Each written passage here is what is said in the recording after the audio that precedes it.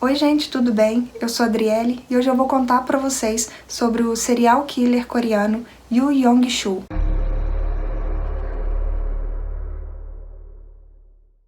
Yoo Yong-chul nasceu no dia 18 de abril de 1970. Não se tem o nome de seus pais na internet, mas sabe-se que sua família era bastante humilde financeiramente, com poucos recursos. Os pais de Yoo Yong-chul se separaram quando ele era bem pequeno. Por causa disso, ele morou com sua avó até seus 6 anos de idade. Depois disso, ele foi morar com seu pai, sua madrasta e seus 3 irmãos. A família passava bastante dificuldade financeira. Inclusive, o bairro onde moravam não tinha eletricidade nem água potável. A madrasta do Yoo Yong-chul, ela maltratava bastante ele e os seus irmãos. Ela maltratava um pouco mais a irmã mais nova deles, que na época tinha 8 anos de idade. Os irmãos mais velhos, eles cansados dessa situação, eles vão embora levando a irmã mais nova para a casa da mãe deles, que também morava nesse mesmo bairro humilde. A situação das crianças na escola era bem complicada. Eles não iam bem na escola por causa dos maltratos e das coisas que eles passavam na casa deles. Eles eram bem retraídos, não faziam amizades e um pouco mais pra frente, o pai deles sofre um acidente grave e acaba falecendo. O Yoo Yong-chul, cansado da situação que ele e seus irmãos viviam, ele decidiu focar no estudo. Ele decidiu estudar bastante para poder ir bem na escola e, quem sabe, assim, mudar de vida. Ele chega a se tornar o melhor aluno da classe. Ele, na verdade, tinha muito autoconfiança e era bem focado. O Yoo Yong-chul, ele tenta se especializar em artes, mas ele não consegue. Como ele não conseguiu, ele acaba indo para outro caminho e seguindo uma carreira técnica. Isso acaba deixando ele muito frustrado, porque na verdade o sonho dele, o que ele realmente queria, era seguir carreira em artes. E como a vida acaba levando ele para outro caminho, outra área profissional, ele não gosta. E ele, por causa dessas frustrações na vida dele, ele acaba entrando num caminho um pouco mais perigoso. No ano de 1988, o Yoo Yong-chul, já com 18 anos nessa época, ele comete o seu primeiro roubo. A maioridade lá na Coreia e as leis são diferentes das daqui do Brasil. Então, mesmo ele tendo já 18 anos na época, ele não era considerado de maior para poder responder por esse crime. Ele apenas é enviado para o Centro de Detenção Juvenil. Em 1993, o Yoo Yong-chul já estava com 23 anos nessa época, ele se casa. Pouco tempo depois dele se casar, ele comete mais um roubo. Com 23 anos, ele já é considerado de maior, então ele cumpre 10 meses de prisão. Em 1994, ele rouba um carro e novamente ele vai para a prisão. No ano de 2000, o Yoo Yong-chul, ele comete um crime mais grave do que um roubo. Ele abusa sexualmente de uma menor. Por causa disso, ele volta para a prisão. A essa altura, ele e a sua esposa já tinham uma filha, mas por causa disso, a esposa dele pede o divórcio e ele perde a custódia da filha também. Enquanto cumpria sua pena, o Yoo Yong-chul, ele lê um livro. E o autor desse livro também era um criminoso, um serial killer que matou 9 pessoas entre os anos de 1999 e 2000. Ler esse livro incentivou ele a fazer coisas piores do que ele já tinha feito quando ele saísse da prisão. Na mente distorcida dele, só existiam pobres porque existiam ricos. Ele começa a ter uma raiva descontrolada contra os ricos, porque ele acreditava que só por causa dos ricos ele teve a vida que ele teve, uma vida bastante humilde. Em 2003, ele é libertado da prisão e ele começa então a cometer seus crimes contra pessoas ricas. Ele foca principalmente em pessoas ricas de idade um pouco mais avançada. Ele cometia esses crimes no período da manhã.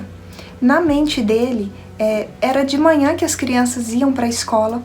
As pessoas de meia idade, mais ou menos, elas iam trabalhar. deixando assim as pessoas com a idade mais avançadas sozinha em casa. No dia 24 de setembro de 2003, ele pegou um trem e foi para um dos distritos mais ricos de Seul, que é a capital da Coreia do Sul. Lá ele não teve muita dificuldade em encontrar uma casa que não tivesse muita segurança, porque o índice de criminalidade na Coreia do Sul é muito baixo. Então as pessoas quase não se preocupam em colocar câmera de vigilância, em colocar alarme, em colocar essas coisas para proteção. A casa escolhida pelo Yoo Yong-chul era uma casa onde morava um casal de idosos.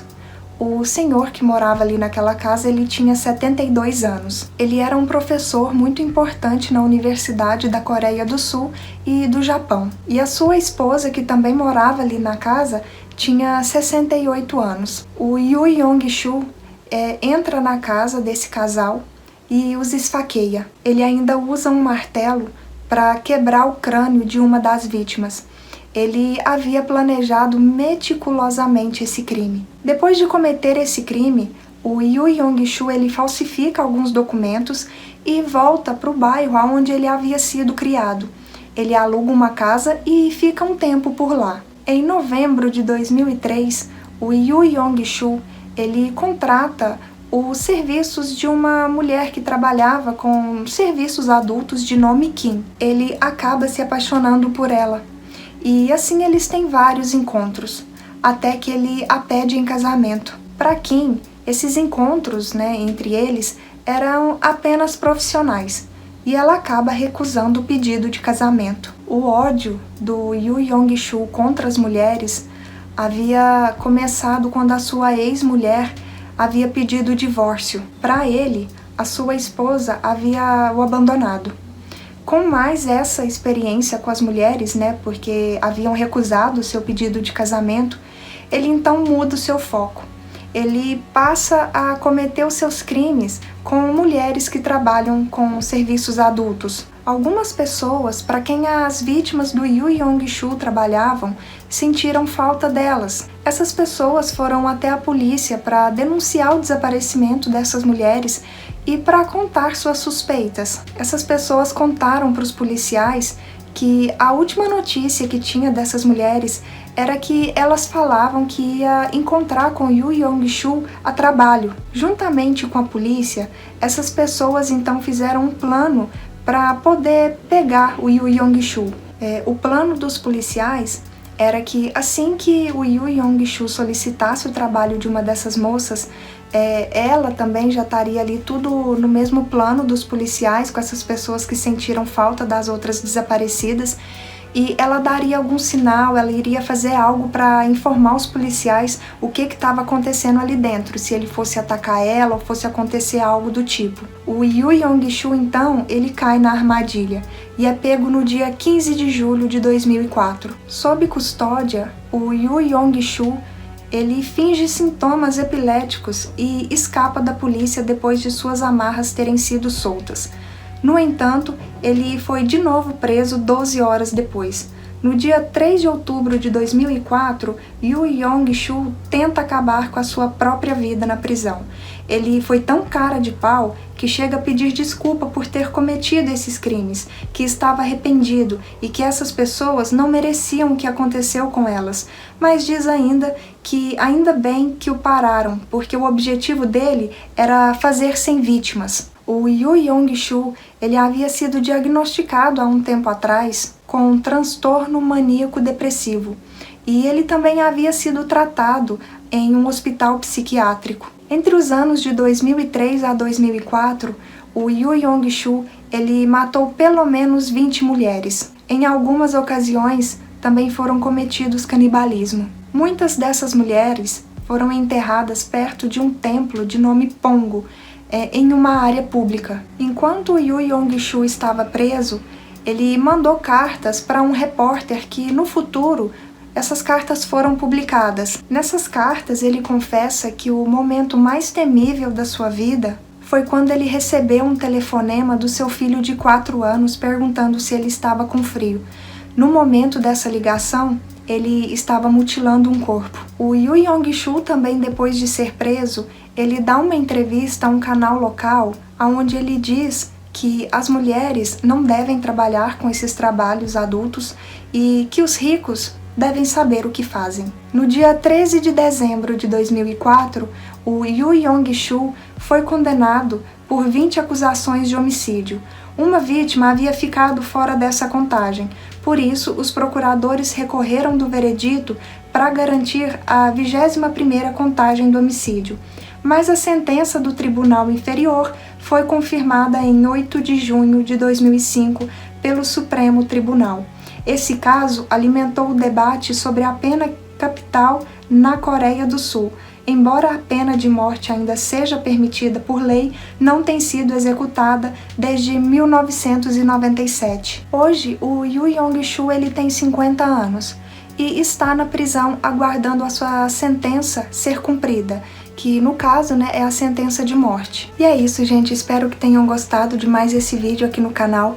Não se esqueçam de deixar aqui nos comentários o que vocês acharam desse caso e de se inscreverem no canal caso não sejam inscritos ainda, de deixar o like e de compartilhar, e até o próximo vídeo. Tchau!